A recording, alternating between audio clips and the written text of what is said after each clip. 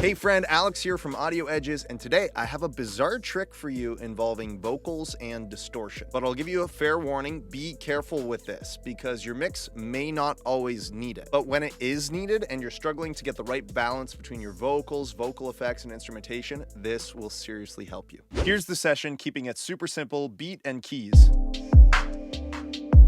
and a vocal on top. I saw the whole world down for you. If you want the full tutorial of the vocal mix, stick around to the end. I'll give you a link to a different video, but we're going to be looking at the vocals and the effects in particular. I have a send going to a delay and a send going to a reverb. If you want me to. Okay, so you can hear the delay there on the track, and you can hear that I actually also sent the delay to the reverb as well to add it to that whole wash. So basically, a lot of stuff ending up at this reverb. Now, the trick is not to send the delay to the reverb, but something we're going to do to the reverb. In this hypothetical scenario, we're going to imagine that our vocal has these effects on them, but the effects aren't quite cutting through. Things are not really feeling consistent. Maybe the reverb sounding a little thin and unnatural. We do just have a nice clean hall sound, and I think this is going to be perfect for this example. And so what we're going to do is add saturation after the reverb on the reverb return track. This is really counterintuitive and kind of strange. I'm going to open up Decapitator, and before I explain why we're doing this and what's going on, let's just have a listen to the difference with it on and off. So here it's bypassed. If you want me to.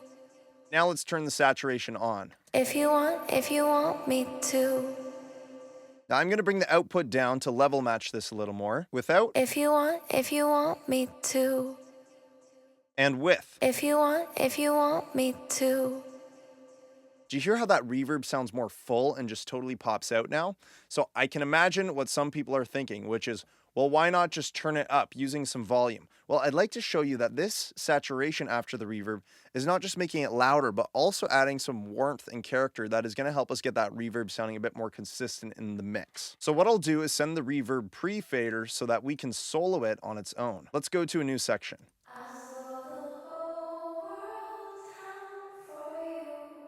Now I have a trim plugin here that I'll level match to the saturation, and we'll listen to what it sounds like to just make the reverb louder to pop out versus adding a bit of saturation. So now that I have them level matched, let's listen to just the saturation on the reverb.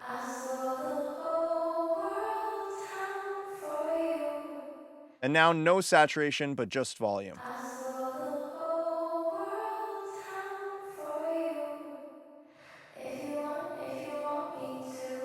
So what's the difference here? Well, make sure you're listening on some really good headphones or speakers because you'll be able to hear more clearly that when we just turn the volume of the reverb up, it's just still that same kind of thin, inconsistent hall reverb, just getting louder. But when we're adding a little bit of saturation instead, it's actually sounding to me more consistent, thick, warm, and it's kind of that analog character that's coming from this Decapitator plugin. But you don't have to use Decapitator, you could use any saturation plugin you have. So what I'd like to do now is mess around with the plugin, the balance of the reverb a little bit with the track, and get a nice sound that we're happy with going forward. I saw the whole world down for you. If you want me to. If you want me to. I'll make it all up to you. And the last thing I'm going to do here is that Decapitator is bringing out a lot of the nice warmth, but it's also emphasizing some of the consonants, especially the T's I'm noticing that are coming not just from this vocal, but from the repeated ping pong that we have on the delay here. So we're getting a little bit of T kind of consonant information on the sides.